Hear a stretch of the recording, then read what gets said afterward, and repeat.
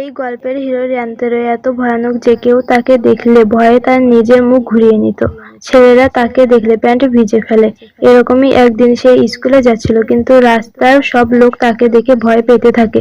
কিন্তু তখনই রাস্তার তার কিছু বন্ধুকে দেখতে পাওয়া যায় যারা অন্য বাজে ছেলেদের সাথে ঝগড়া করেছিল। আর যারা বাজে ছেলে ছিল তারা জেনে বুঝে র্যান্তেরো এর বন্ধুদের সাথে ঝগড়া করেছিল, যাতে তারা মজা নিতে পারে এবং তারা র্যান্তেরো এর সাথে দেখা করতে চায়। বলে, তোমার ক্লাসের ওই ভয়ানক ছেলেটা কই? র্যান্তেরো এর বন্ধু বলে, একটু অপেক্ষা করো, সে এখানে আসছেই।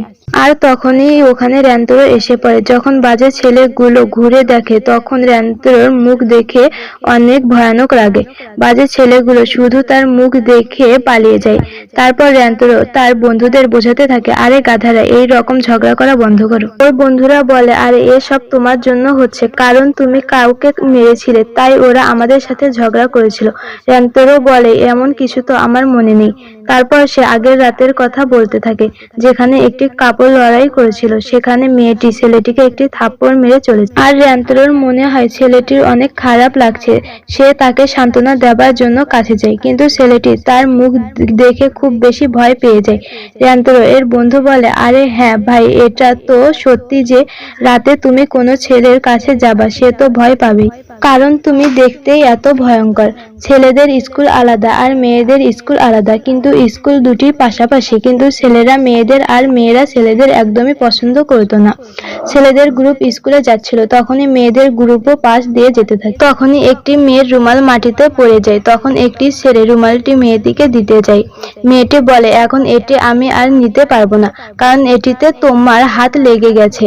আরো অনেক অপমান করে চলে যায়। তখন র্যান্তেরোর বন্ধুরা বলতে থাকে, এরা কখনো শুধরাবে না, কারণ এরা অনেক রাগান্বিত। এরপর কিছু স্কুলের ব্যাপারে বলা হয়, যেটা মেয়েদের স্কুল ছিল, যেটা অনেক বড়, আর সেখানে অনেক ধনী মেয়েরা লেখাপড়া করত। আর ছেলেদের স্কুল সরকারি স্কুল এর মতো ছিল, মানে ওদের ভবিষ্যৎ সবজি বিক্রি করতে চলে যাবে। এই কারণে মেয়েরা ছেলেদের পছন্দ করতো না। দেখা যায় তো ছেলেরা খারাপ নয়, এটা মেয়েদের শুধু খারাপ ধারণা।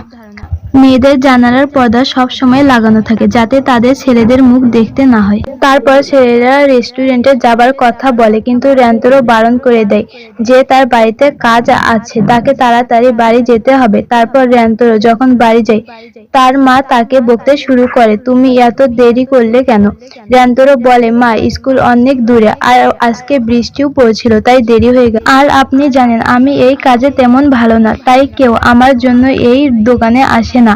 তার মা বলে, কোনো সমস্যা নেই, এখানে শুধু একটি কাস্টমার আর বাহিরে